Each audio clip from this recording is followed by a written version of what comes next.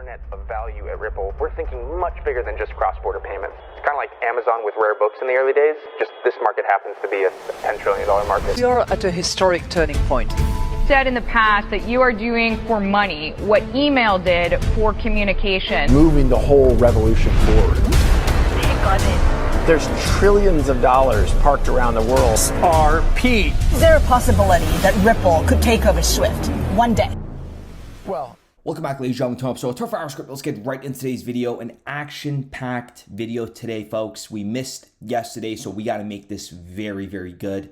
We got spokespersons from Wells Fargo, Naveen Gupta from Ripple, and I'm going to show you exactly why XRP is getting positioned to be one of the most dominant digital assets on this planet, and I'm going to show you exactly how you have less than 138 days to get your shit together. Pardon my French. But you need to take into consideration that the Bitcoin halving is coming up, 138 days, and the Bitcoin ETFs will be approved before this, because regardless of an approval or not, the price of Bitcoin will rise before the halving happens, and institutions cannot and won't stop that price rising, which means what they're doing right now is they're buying. They might dump it one more time, but everything is going to be priced in. The ETFs will be approved within 138 days, and we are on the verge of trillions about to flood. And before we get into the full video, I would like to say, last day for the Black Friday sale, XRP Pennant 30% off. If you guys add it to the cart, it'll automatically apply the discount. As you guys could see, it'll automatically apply it. And if you guys are interested, if you guys have capital set aside and don't know what to do with it, we have the 24-hour one-on-one consulting going on. Link in the description down below. Limited spots, but we will get you ready for what's to come. This is not financial advice. This is just you picking my brains in how to position yourself, because like I always say, we're at a $1.1 trillion market cap for this blockchain sector. The stock market is over $100 trillion. We are going to see trillions flow in. This is the stock market 2.0. And in today's video, I'm going to show you just more evidence of how that is. Let's set the tone. Listen to Joanne Strobel-Court. Okay, she has been working at Wells Fargo for 11 years.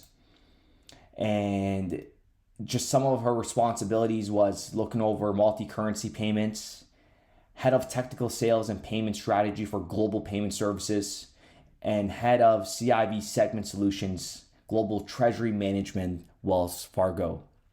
Very important. But before I play the video, I want to show you exactly what we talked about on this channel and how Ripple is providing all of this.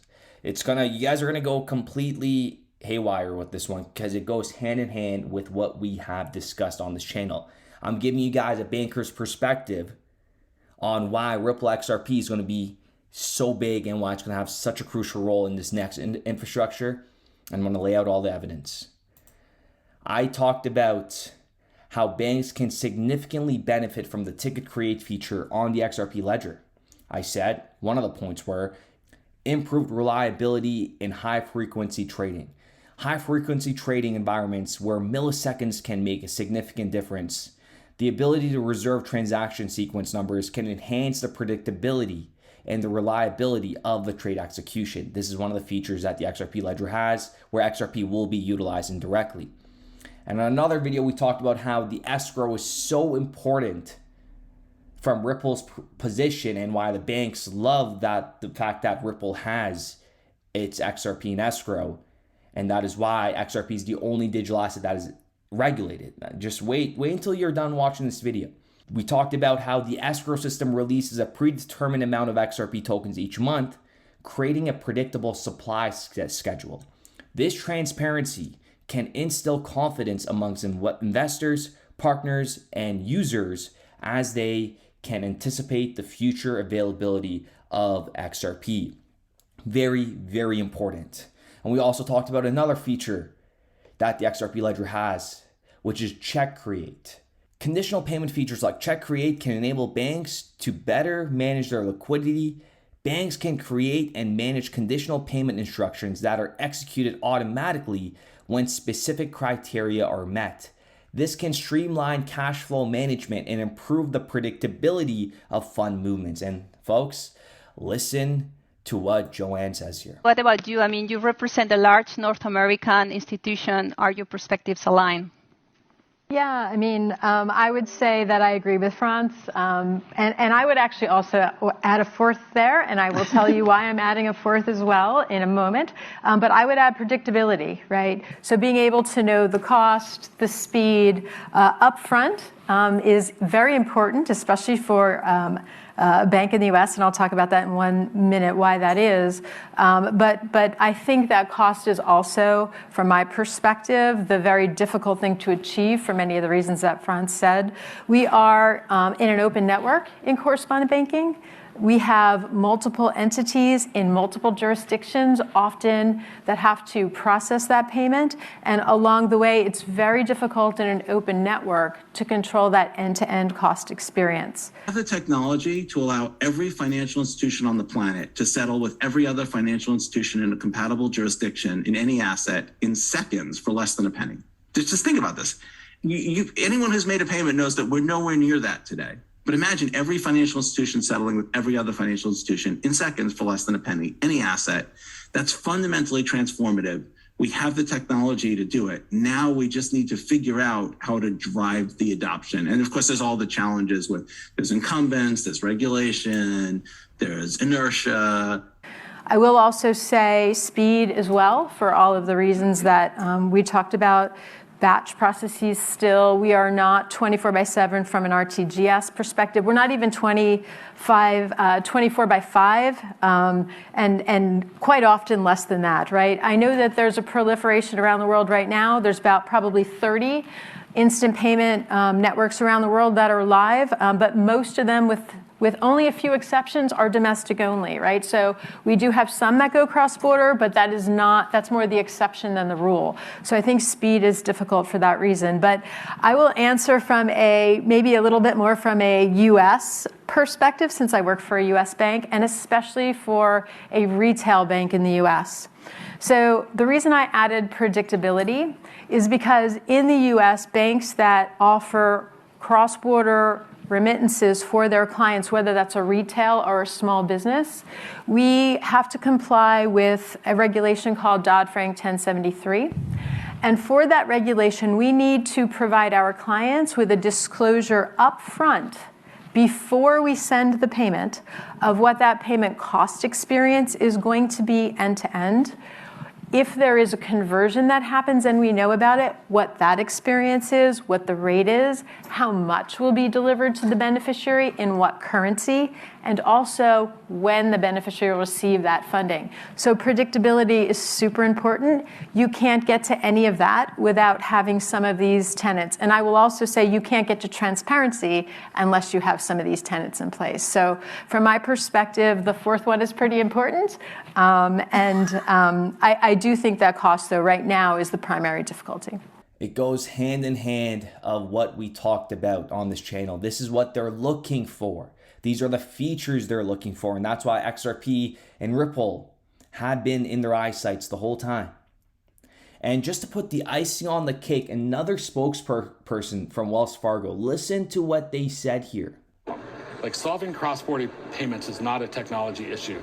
It's more of a making sure that we can have the payment align really well with all of the regulatory use cases for every hop that payment may make. And it's disparate, right? So each segment or each country that it goes in may have a very different regulatory schema that it has to meet. So when we're doing cross-border and it may hop through 1 or 2 or 3 different countries, we have to meet all of those regulatory requirements, right? So the ability for us to use some of these new platforms and some of the new technology is also behooves us to work on standardization, like from a payment formatting perspective, from a regulatory perspective, from an oversight perspective, to be able to come up with a more consistent way of managing payments cross-border. That is why XRP is the only digital asset that is regulated worldwide And when it comes to moving value from one end to another, XRP is going to have a level playing field in regards to regulation. Do you get this? Do you get why this is going to be so big? XRP is going to be regulated the same way so that every economy could leverage XRP. That is why. Just why can't people wrap their head around the fact that they targeted Ripple? Because it's not just about how they did ICOs or whatever they sold. And it's all nonsense. It's about having a regulated asset where every economy could get together and go behind it. Why isn't there any other digital assets that were pursued for this reason? Like, folks, wake up. And even when we listen to Naveen Gupta, shout out to Crypto Erie for this one, massive. Okay, listen to what he says here. As a Ripple, we are an enterprise crypto payment solutions company. Our payments is now becoming a smaller part. Lots of other things are emerging and becoming bigger and bigger. So let's take simply an institution that wants to use crypto for any purpose, either for tokenization, for payments, for custody. We are building solutions to essentially provide that. We are one-stop shop for an institution that wants to delve into cryptos, right? Information almost became zero cost. So you can send millions and millions of email. It really doesn't matter. All you pay is $39.99 per year, per month, or per year, depending upon your subscription fee. Exactly the same thing will happen to money as well. My advice would be, don't worry about where digital assets are going. Invest in picks and shovels. So Levi's, which produce jeans, people who were producing picks and shovels, you can't go wrong with that because the industry will become 50, 100 times bigger and the infrastructure will always win, irrespective of which digital asset wins. It looks like they've completely moved away from just cross-border payments because, folks, it's a massive deal. We're talking about a multi-trillion-dollar industry where utility tokens with real value are going to play a crucial role, and market cap is going to be redundant. It's not going to mean anything when there's utility being utilized within financial infrastructures.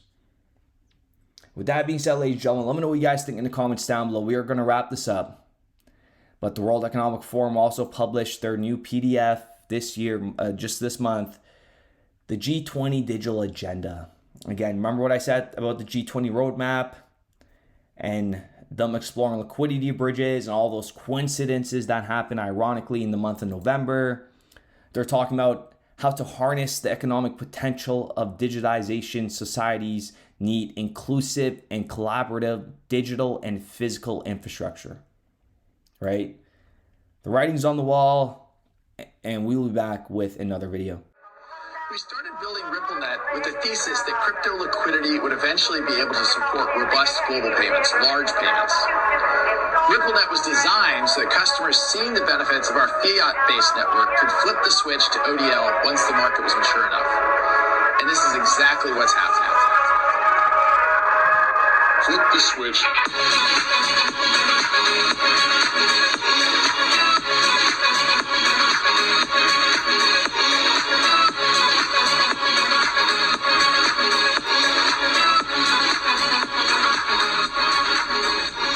I think what we're building has, it's solving a real problem.